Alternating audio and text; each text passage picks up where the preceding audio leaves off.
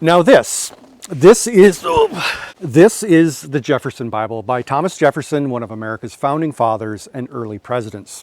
Jefferson, while he greatly admired Jesus, nevertheless did not think of Jesus as divine. He didn't think that Jesus came down from heaven to die for the sins of the world. He certainly didn't believe that Jesus went around performing miracles. Rather, Jefferson viewed Jesus more as a great moral teacher, a wise man, a sage, hence the subtitle, The Life and Morals of Jesus of Nazareth. What Jefferson did was he got himself a Bible, and then while going through all four Gospels, he used a sharp knife, cutting out all verses and passages, mentioning Christ's wise sayings, his great moral teachings, and his good deeds, and then pasted them all together in what's now known as the Jefferson Bible, minus any reference to Christ's divinity or the supernatural. Obviously, as someone who does believe that Jesus was divine, that Jesus had come down from heaven to die for the sins of the world, who did go around performing miracles, I take issue with Jefferson's cut and paste approach to Jesus. Nevertheless, it makes me wonder, do we as modern Christians cut and paste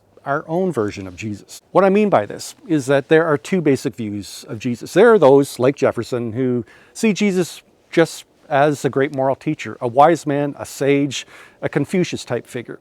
Whereas there are those of us who, well, believe he's much more than that. He's divine. He died for the sins of the world. He did go around performing miracles. But do we sometimes focus our attention too much on the divine aspect of Christ and ignore this aspect?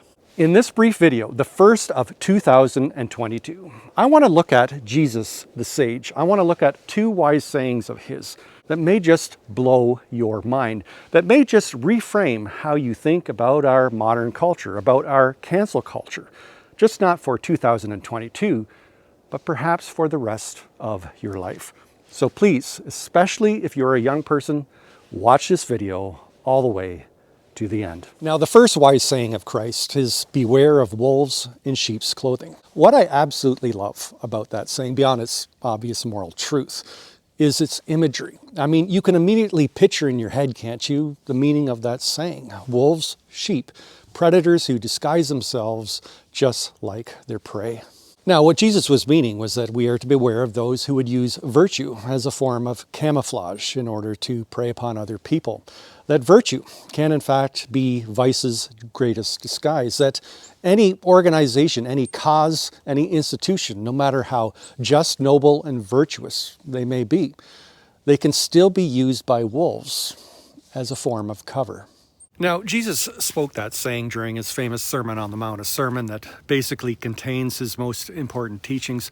So I find it interesting that he would see it as important enough to include it. He lived in a very deeply, deeply religious culture where the wolves of his day would use religious piety as a form of camouflage to prey upon the sheep. They would use religion as a disguise to take advantage of other people's trust and goodwill. And when we look throughout church history, don't we? We see this happening again and again and again. Wolves using the clerical collar as a disguise. But here's the thing. Is religion the only form of disguise that wolves use? I mean, we no longer live in a religious culture, but a secular one. So does that mean that those wolves are no longer around? Of course they are.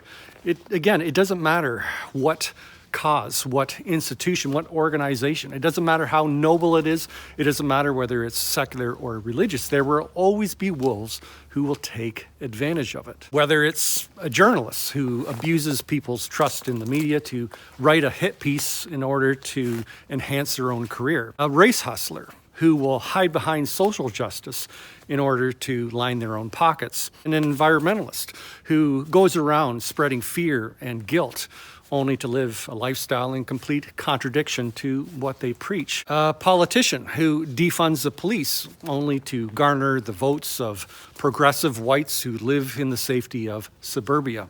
And these wolves, they don't care how much suffering they inflict upon the sheep because wolves don't care about the sheep. So, especially if you're young, this is one of life's most important filters to view the world through.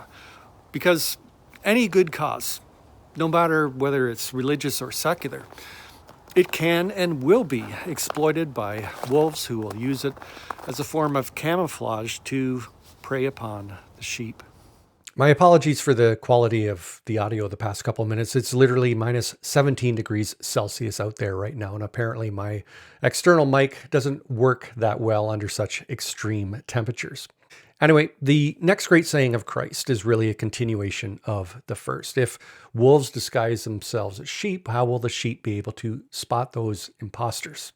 Well, Jesus said these imposters will be known by their fruit.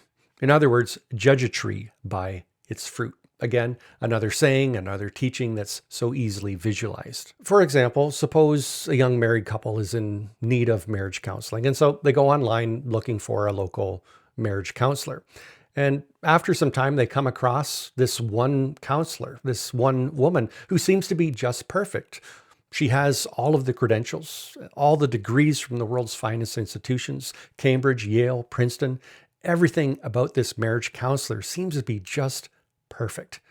But then after asking around, they discover that this marriage counselor has already been married 3 times herself, and every single married couple who's ever gone to her for marriage counseling have ended up divorcing themselves.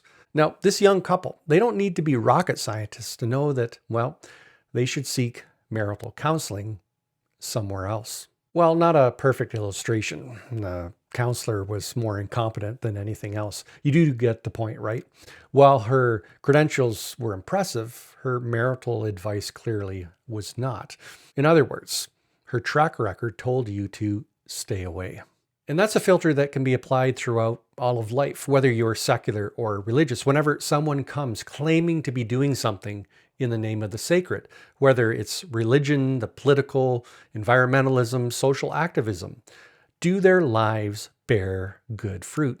Now, keeping in mind that hypocrisy isn't a sure sign that someone is a wolf, because let's face it, we're all hypocrites in one form or another. None of us fully practice what we preach. Nevertheless, especially when it comes to public figures, those who present themselves to the public as all pious and virtuous, do their lives match what they say?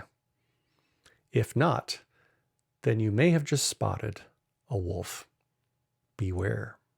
So what does the Bible say about racism? Why not watch that video then over there? Thanks so much. Please do consider subscribing if you haven't. Don't forget to hit the notification bell, and I will see you next time. Bye for now.